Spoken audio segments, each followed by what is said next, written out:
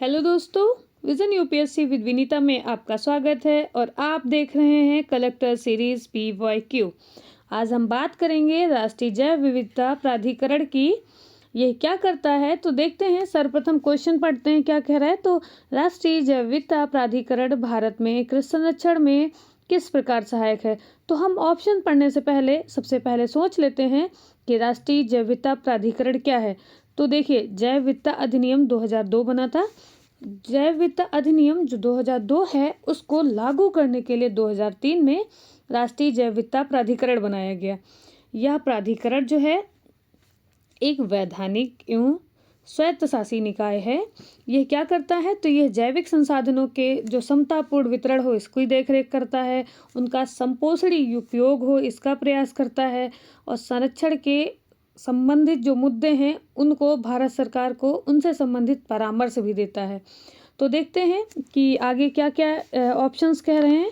तो पहला ऑप्शन है NBA जैव चोरी को रोकता है तथा देसी और परंपरागत आनुवंशिक संसाधनों का संरक्षण करता है। तो यह बात ठीक है। अगर कोई अथॉरिटी है तो वो सिंपल सी बात है, चोरी को रोकेगी और जो उसके जो परंपरागत आनुवंशिक संसाधन है उनका संरक्षण भी करेगी।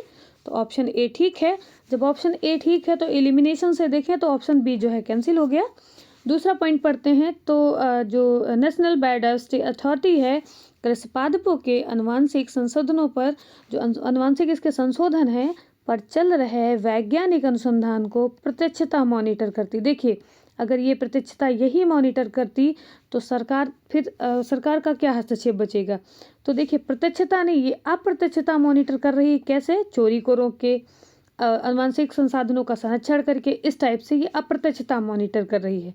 तो अगर हम बी को कैंसिल मान लें तो यानी बी गलत है हमारा, तो ऑप्शन जो डी है वो भी कैंसिल हो गया।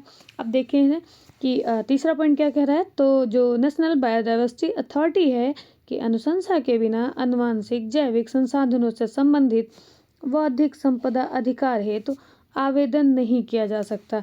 देखिए, अगर कोई अथॉरिटी बनी है तो आप उससे बिना पूछे, और अगर वो संरक्षण भी उसी चीज़ का कर रही है तो ये बात एकदम मतलब वैध लग रही है कि ठीक है, अगर आप संरक्षण कर रहे हैं तो हम आपसे पूछ के कर अगर IPR की कोई बात करना चाहते हैं, बौद्धिक संपदा अधिकार की कोई बात करना चाहते हैं, तो एक बार आवेदन तो आपसे ही करना पड़ेगा ना।